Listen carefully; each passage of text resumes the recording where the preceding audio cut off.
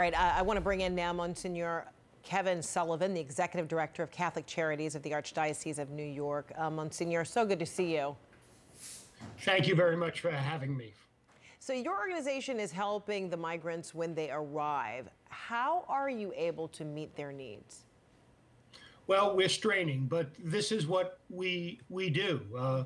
We've seen in our own offices in New York in the past 6 weeks or so, probably about 1,800 individuals who have been arriving in New York. It is a strain. We do have a crisis, but this is what we do at Catholic Charities. And quite frankly, this is what we do as New Yorkers. We welcome people here, and to the best of our ability, we assure them that they are welcome. We treat them with dignity and respect, and we try to get them the help that they need in order to make it in this city. And when they get off the bus, what are some of the things that they are expressing they need? I mean, I realize that you're also assisting in shelter and food and clothes, just like the city of New York is doing. But to what extent are you able to help them when they say, these are the things that I'm in need of? Well, it should not come as a surprise, although it may. One of the first things they ask us is a job. Where can I work?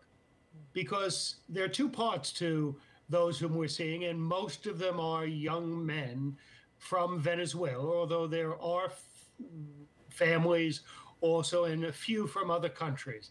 But two parts to it. One, they don't really want to come to the United States, but they're forced to because of the dangerous situation in Venezuela. There are over 6 million refugees in Venezuela. So they're being forced because of the fear, the persecution, the violence there. So that's the negative where they're coming. The positive is because they do see the United States and they see New York as the opportunity, a place where they can get a job. And if they have family back in Venezuela, to probably provide for them back there. So that's what we're seeing. We're seeing the fear of where they are leaving, the need for them to flee and seek safety here, and also the hope and the opportunity that they are going to make it here and add to the vibrancy and the economy of New York. And by now you've probably heard what Texas Governor Abbott has said. He says, you know, Arizona and Texas bear the brunt of this with migrants coming across the border. And so it sounds like he is vowing to continue to bus people to New York City and other places. So for how long do you believe Catholic Charities is able to help keep up with the demand? We are strained already. Our workers have sacrificed. Our resources are not without limit. We're going to do the best we can for as long as we can. However, this is not New York's problem. It's not Texas's problem and not Arizona's problem. This is a national problem. And we need a national, a federal response to what has been for decades a broken immigration system. So we need the federal government to step up and to deal with a national problem. We can't just solve it in Texas, New York, or in Arizona. We need us to respond as a nation. So in the meantime, as we heard from many of the migrants who were in Gary Tuchman's piece, there is the emotional trauma that comes with the journey. In the case of the one young man who lost his brother, who drowned while trying to cross the river. How are you able to assist in the meantime, before there is a federal program that you are suggesting or a more expansive federal way to address this?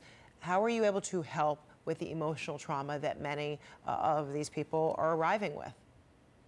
The first thing we do is when we welcome them, we treat them with respect, compassion, tell them they're welcome here, that they are safe here, that's the first step. But we know that for many of them, there is need for some professional mental health services.